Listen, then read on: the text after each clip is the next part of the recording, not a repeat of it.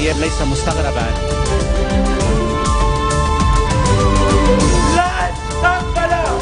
اللي عم بصير 7 أياد بشكل آخر.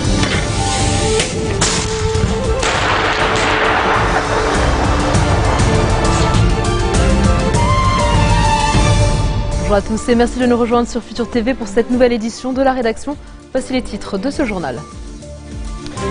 Liban, l'élection présidentielle au cœur d'un entretien entre le patriarche maronite Bishar al-Ra'i et le ministre des Affaires étrangères Gebran Bassil Abkirke. Le secrétaire d'État américain John Kerry reçoit avec tous les honneurs le chef de l'opposition syrienne Ahmad Jarba, mais sans accéder à sa demande de livraison d'armes de guerre pour combattre les forces de Damas. Des experts américains et britanniques au Nigeria pour participer aux recherches des plus de 220 lycéennes retenues en otage par le groupe islamiste Boko Haram depuis le 14 avril. Et à suivre également dans ce journal, après avoir assisté au traditionnel défilé militaire du 9 mai sur la place rouge à Moscou, Vladimir Poutine se rend en Crimée, son premier déplacement dans la péninsule ukrainienne depuis son rattachement à la Russie en mars dernier. Mais d'abord, les fonctionnaires du ministère libanais des Finances ont organisé ce vendredi une manifestation près du bâtiment de la TVA, secteur Palais de Justice à Beyrouth. Objectif, réclamer l'approbation de la nouvelle échelle des salaires. Les manifestants se sont ensuite dirigés vers le ministère de l'Industrie, situé à la rue Badaro. Georges Adouen a affirmé que la sous-commission parlementaire chargée de l'étude de la grille des salaires a pour but de sauver cette grille. Lors d'un point de presse, le député des forces libanaises a indiqué que la sous-commission n'a pas mis au point une nouvelle grille des salaires.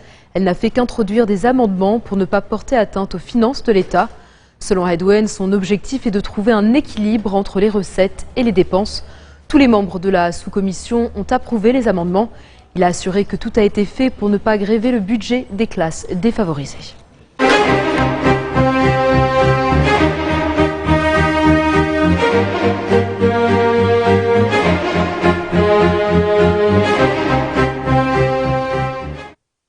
L'élection présidentielle au cœur d'un entretien entre le patriarche maronite Bishar al-Ra'i et Gebran Bassil, le ministre des Affaires étrangères et membre du courant patriotique libre de Michel Aoun.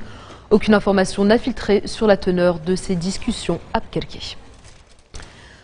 Pour sa part, Nabih Berri affirme que le Parlement peut toujours légiférer, même en cas de vacance à la présidence de la République.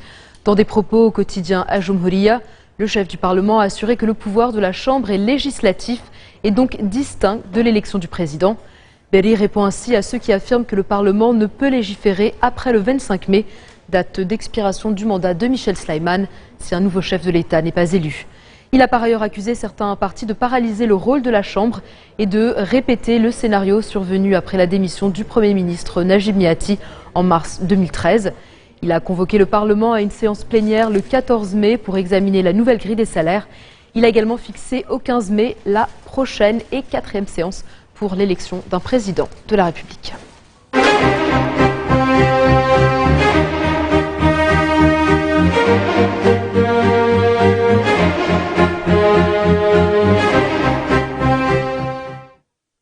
Le ministre de la Justice dit qu'il arrêterait sans hésitation les deux journalistes libanais, Karma Khayat d'Al-Jadid et Ibrahim Mohamed El-Amin d'Al-Akhbar, si le tribunal spécial pour le Liban le demande. Les deux journalistes et les deux organes de presse sont accusés d'outrage au TSL pour avoir entravé le cours de la justice.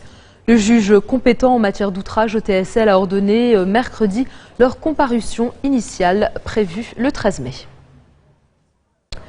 Sur un plan sécuritaire, 11 suspects impliqués dans les affrontements meurtriers à Tripoli au Liban Nord se sont rendus aux forces de sécurité. L'armée a par ailleurs procédé à l'arrestation de plusieurs autres suspects dans le cadre du plan de sécurité lancé début avril dans la grande ville pour y rétablir le calme. Dans un tout autre registre, l'interview de cette édition avec mon collègue Serge Berberi qui a reçu un peu plus tôt Alain Marceau, député UMP des Français de l'étranger pour la 10e circonscription à laquelle appartient le Liban. Écoutez. Monsieur Alain Marceau, bonsoir. Merci d'être avec nous sur ce plateau. Vous êtes député pour la 10e circonscription des Français de l'étranger. Aujourd'hui, vous venez pour nous parler un peu de cette élection le 25 mai sénatoriale pour exactement les sénateurs des Français de l'étranger. Quel enjeu justement cette année pour ce scrutin? Bonsoir, merci de me recevoir. D'abord, eh bien, écoutez, cette élection est une élection très importante pour tous nos compatriotes qui vivent à l'étranger, et notamment bien sûr pour ceux qui vivent ici au Liban. Effectivement, le 25 mai, ils éliront les conseillers consulaires, c'est-à-dire ceux qui vont les représenter auprès de notre administration diplomatique, consulaire, ceux qui vont aider à gérer les problèmes de scolarité, de bourse, de sécurité, de santé, etc. Et c'est très important, effectivement, de faire un bon choix. Mais surtout, cette élection aura d'autant plus d'importance que ces gens qui vont être élus, ces conseillers consulaires, vont devenir les grands électeurs pour élire nos sénateurs des Français de l'étranger. Vous présentez justement vos candidats, les candidats au Liban pour... Oui, bien évidemment, cette liste elle est menée par Fabienne Blino-Abiramia, qui en plus d'être la tête de liste de cette liste Union pour le mouvement populaire, on l'appelle ici Union pour une France rayonnante à l'étranger, est aussi ma suppléante en qualité de députée. Elle est députée suppléante de cette 10e circonscription et c'est la raison pour laquelle je suis très fier de pouvoir la soutenir et j'espère bien qu'avec sa liste, elle va emporter un franc succès et ce qui nous permettra effectivement de conforter notre majorité sénatoriale. Et donc, comment vous allez réussir justement à mobiliser cet électorat cette année Eh bien justement parce que nous avons une double élection le 25. Le 25, les Français vivant au Liban vont voter à la fois pour élire leurs conseillers consulaires et électeurs des grands sénateurs, mais ils vont aussi voter pour le 25 pour élire les députés européens. Alors c'est un peu compliqué, mais ils vont voter aussi pour la liste des députés européens qui se présentent sur la région parisienne. On croit ou on ne croit pas en l'Europe, et j'allais dire que peut-être que de Beyrouth, de Nabatieh ou de Tripoli, c'est compliqué d'avoir une juste idée de ce qu'il faut faire de l'Europe, de la France dans l'Europe, de l'Europe autour de la France. En tous les cas, ça va être un des aspects de la mobilisation. Et d'ailleurs, Fabienne Blino-Abiramia est sur la liste UMP aux élections européennes. Donc on pourra voter pour elle à un double titre. Peut-être commenter rapidement justement cette élection européenne. Selon les derniers sondages, selon un rapport de l'OCDE qui a été diffusé ce mardi, la France est un peu à la traîne, justement, notamment en matière de chômage. Oui, la France va mal aujourd'hui. C'est vrai que, vous savez, il y a 5 ans de cela, le Premier ministre, M. Fillon, avait dit qu'il était à la tête d'un État en faillite. Les choses se sont aggravées depuis. Nous sommes effectivement un pays aujourd'hui en faillite financière. Vous savez, le mois prochain, nous allons emprunter de l'argent sur le marché international pour pouvoir payer les fonctionnaires. La France est dans un très mauvais état financier. C'est un pays très endetté et un pays aujourd'hui qui a du mal à mettre en place les réformes essentielles. Et vous savez, il n'y a pas 36 solutions. Pour mettre en place les réformes, il va falloir avoir beaucoup de courage politique. Il va falloir revenir sur le modèle social français. Ce n'est pas très facile. Rapidement, une dernière question pour commenter maintenant l'actualité régionale, au Liban notamment. Le Liban qui cherche un président. Le 25 mai, hasard du calendrier, c'est le dernier jour du mandat du président Slimane. Comment voyez-vous justement ces tractations politiques au Liban, les députés qui boycottent une séance pour élire un président? J'allais dire que cela ne serait pas possible. Je ne veux pas porter de jugement sur la politique libanaise. Ce n'est pas mon rôle, bien évidemment. Et je respecte trop le Liban pour cela. Mais en France, cela serait impossible. C'est impossible car nos électeurs nous diraient, mais dites donc messieurs, on vous a élu pour que vous travailliez, on vous a élu pour que vous puissiez prendre des décisions, sinon vous démissionnez, vous rentrez chez vous.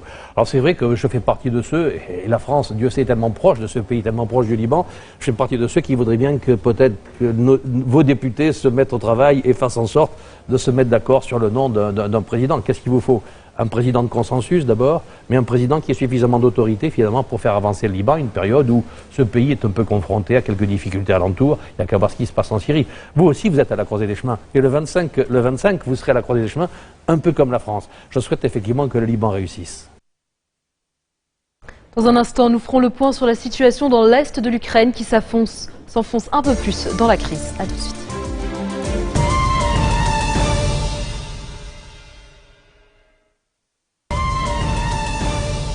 Retour sur le plateau de l'info de Futur TV. John Kerry a reçu avec tous les honneurs le chef de l'opposition syrienne, Ahmed Jarba, qui a demandé avec force des armes antiaériennes pour espérer l'emporter sur l'armée du régime de Damas et mettre fin à plus de 3 ans de ce qu'il appelle un cauchemar. Washington n'a pas accédé à cette demande, mais continue de soutenir l'opposition syrienne et vient d'ajouter 27 millions de dollars d'aide non létale. Ahmed Jarba doit également s'entretenir avec Barack Obama. Nouvelle journée sanglante en Irak. 8 personnes, dont 2 enfants, ont été tuées dans des bombardements et des combats à Falloujah. Cette ville voisine de Bagdad est tenue par des insurgés depuis plus de 4 mois. Des djihadistes de Daesh et des combattants de tribus antigouvernementales ont pris le contrôle de Falloujah début janvier, ainsi que de certains quartiers de la ville voisine de Ramadi. Les autorités ont depuis échoué à reprendre le contrôle total de la région. C'est la première fois que des insurgés prennent ouvertement le contrôle de villes importantes depuis la vague de violences confessionnelles meurtrières de 2006 et 2007. Au Yémen, le ministre de la Défense et des responsables de la sécurité ont échappé à une embuscade tenue par Al-Qaïda dans le sud du pays. Les combattants islamistes ont ouvert le feu sur le convoi de Mohamed Nasser Ahmed, qui comprenait aussi les chefs du renseignement et de la police militaire, alors qu'ils se rendaient de la province d'Abian vers celle de Chabois. Tous 3 sont sortis indemnes de l'attaque. Une attaque qui intervient alors que l'armée yéménite poursuit son offensive d'envergure contre le réseau extrémiste. Direction le Nigeria, où des experts américains et britanniques sont arrivés ce vendredi pour participer aux recherches des plus de 220 lycéennes retenues en otage par le groupe islamiste Boko Haram depuis le 14 avril. L'équipe américaine serait composée de moins de 10 militaires, de spécialistes du département américain de la justice et de membres du FBI. Quant à l'équipe britannique, elle comprend des diplomates et des experts du ministère de la Défense. En dialecte Haoussa, Boko Haram signifie « l'éducation occidentale est un péché ». Fondée en 2002 et particulièrement active depuis 2009, cette secte sème la terreur au Nigeria.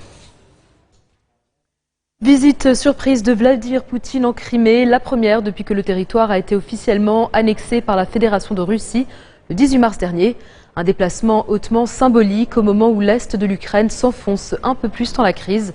Le chef du Kremlin a assisté au défilé commémorant la victoire de 1945 contre l'Allemagne nazie. Juste avant de s'envoler pour la Crimée, Vladimir Poutine a assisté aux commémorations sur la place Rouge à Moscou.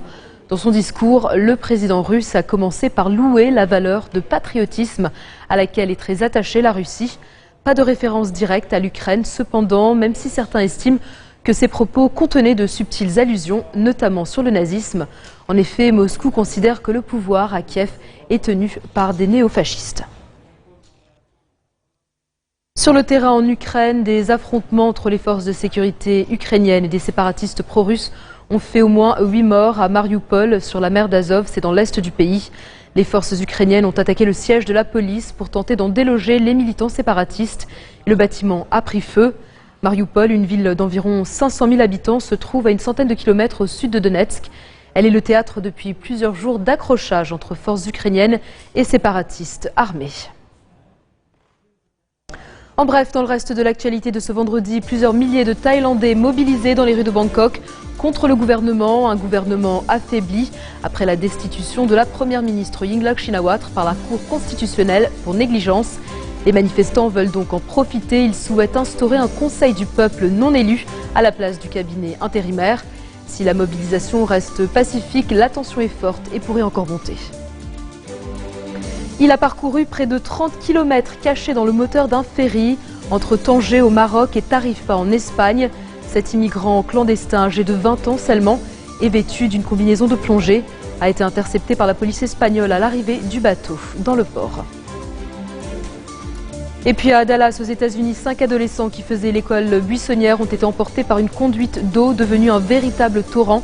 Quand des pluies diluviennes se sont abattues sur la ville, il est tombé en quelques minutes l'équivalent de plusieurs semaines de précipitations sur le sud de Dallas. En Afrique du Sud, la victoire est acquise pour l'ANC au pouvoir 2 jours après les législatives, les premières depuis la mort de Nelson Mandela. Le parti du président Jacob Zuma est donné largement victorieux avec 62,5% des voix, en baisse pourtant, mais c'était attendu, notamment après les scandales de corruption lors du premier mandat de Zuma. La seconde place revient au parti principal d'opposition, l'Alliance démocratique de la candidate Helen Zille, qui récolte 22% des voix, un score en dessous de ses espérances. Ces élections législatives étaient le premier scrutin auquel participait la génération des Born Free, ces jeunes nés après la fin de l'apartheid en 1994. Et c'est la fin de ce journal. Tout de suite, le rappel des titres qui ont marqué l'actualité de cette journée. Liban, l'élection présidentielle au cœur d'un entretien entre le patriarche maronite Pshal al-Rahi et le ministre des Affaires étrangères Gebran Bassil Abkerke. Le secrétaire d'État américain John Kerry reçoit avec tous les honneurs le chef de l'opposition syrienne Ahmad Jarba, mais sans accéder à sa demande de livraison d'armes de guerre pour combattre les forces de Damas. Des experts américains et britanniques au Nigeria pour participer aux recherches des plus de 220 lycéennes retenues en otage par le groupe islamiste Boko Haram depuis le 14 avril. Et puis après avoir assisté au traditionnel défilé militaire du 9 mai sur la place rouge à Moscou, Vladimir Poutine se rend en Crimée, son premier déplacement dans la péninsule ukrainienne depuis son rattachement à la Russie en mars dernier. Merci de votre attention. Retrouvez-nous tous les jours à 16h40 heure de Beyrouth. Vous pouvez également nous suivre en ligne sur notre site web ou en téléchargeant notre application mobile. Excellente soirée à toutes et à tous et bon week-end.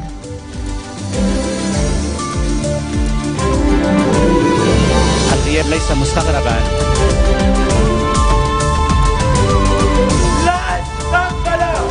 اللي عم بصير 7 اياد بشكل اخر.